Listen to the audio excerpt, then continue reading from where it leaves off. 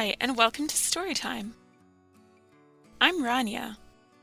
Today I'll be reading The Gift of Ramadan, written by Rabia York Lombard and illustrated by Laura K. Horton. Read with permission by Albert Whitman and Company. A rainbow of color winked at Sophia as she handed the Ramadan lights to her mama. These were her favorite decorations because they made her feel as though a special guest was coming. Grandma raised an eyebrow. "Pretty," she said. "Pretty and sparkly, just like the heart of a person who fasts." Sophia stopped twirling. "Really?" she asked.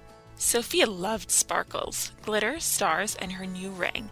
It was a gift from Grandma for her birthday last month. Grandma stopped rocking. "Really?" Sophia knew that fasting was to not eat or drink from sunup to sundown. Sophia loved food, but she also loved sparkles. She turned to her mama. "When does Ramadan begin?"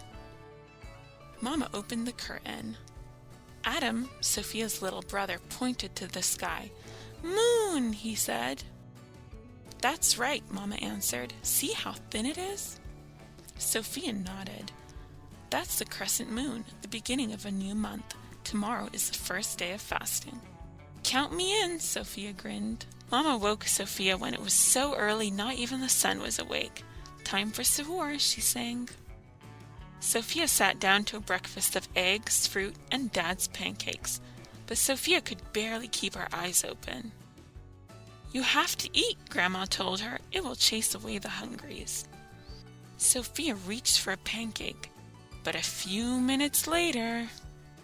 "Time's up," Dad said. They got up from the table and unrolled the prayer rugs, one by one. Sophia tried her best to stay awake, but the moment her head touched the ground, sleep came over her. Mama reached forward to nudge her, but Grandma waved her finger to say, "Let her sleep." When Sophia woke for the second time, it was almost noon. Her tummy was empty and her throat was dry, but even drinking water was against the rules. So Sophia decided to stay busy. She read for a while. She organized the clothes in her closet from least to most sparkly. And then she drew, but her tummy began to gurgle louder and louder. "Shh," Sophia said. "I'm drawing." She glanced down at her paper. "Yikes," she said. "I've got to get out of here." Sophia found Adam in front of the TV. In his hand was a humongous cookie. He waved it in front of her face and sang, "Me eat cookie, yummy, yum, yum." Sophia's tummy roared. The cookie looked delicious. "Please stop," she said. But Adam kept singing. Sophia clenched her hands. She bit her lip. She wanted to yell. Instead, she ran out of the room. Her brother chased her. Adam was fast, but Sophia was faster. Sophia was so fast she ran out of breath. She needed to hide. Adam was still looking for her. Sophia turned on the light. "Oh no," she thought. "I've really got to get out of here." But she couldn't. Adam was still stomping by, still singing that song. "Me eat cookie, yummy, yum, yum." She plugged her ears. She closed her eyes. Sophia took a deep breath, and the scent of chocolate filled her nose. "What's this?" asked Grandma. Sophia's eyes drifted to the floor. "I got too hungry." There, my love. No one expects you to fast for an entire day." Grandma wrapped Sophia in a big hug. "There's always tomorrow, and the day after, and the next. You have a full month to keep trying." Sophia twisted her ring. She wiped away her tears. "But I wanted to feel sparkly now," she said. "You are sparkly," Grandma said. "I can see your sparkles growing." Sophia shrugged. She didn't feel sparkly. "And did you know," continued Grandma, "there are other ways to celebrate Ramadan." Sophia thought about it. She knew Mama read the Quran. Maybe it gave her head sparkles, but Sophia couldn't read it, not on her own. And her dad was always sharing things with family, friends, and strangers. He said that Ramadan was a time for charity, a special kind of sharing for those who need extra help. But Sophia didn't have any money. Sophia was about to give up when she glanced down at Grandma's hands. They were covered in flour. "What are you making?" she asked. "Yummy food for our first iftar," Grandma replied.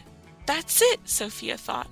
If she couldn't fast, then at least she could help prepare dinner for those who did. And I'm going to help. Sophia put on her apron and got to work. She tossed the salad, Then she helped Grandma make 5 super sparkly pizzas, one for each member of the family. Sophia thought they were sparkly because they had extra cheese on them. Grandma thought it was the fresh parsley that made them shine. When the oven buzzed, Sophia jumped up from her chair. The pizzas were finally done, but when Grandma opened the oven, smoke billowed out. "Oh no," Sophia frowned. The top 3 pizzas were perfect, but the bottom 2 were burnt to a crisp. Grandma plopped down.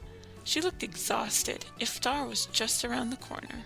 "Don't worry, Grandma," said Sophia. "I've got this." "Really?" asked Grandma. "Really," said Sophia. Sophia set the table. She gave each person 1 big bowl of soup and 1 salad. She placed a pitcher of water and a bowl of dates on the table. Then she asked Grandma to cut up the 3 perfect pizzas. Tiny slices were better than none. Sophia's family gathered around the table. They raised their hands and offered thanks. Then they each drank water and ate a date. When there was only 1 slice of pizza left, Grandma insisted that Sophia take it. "You've earned it." "No thanks," Sophia smiled. She didn't want any more.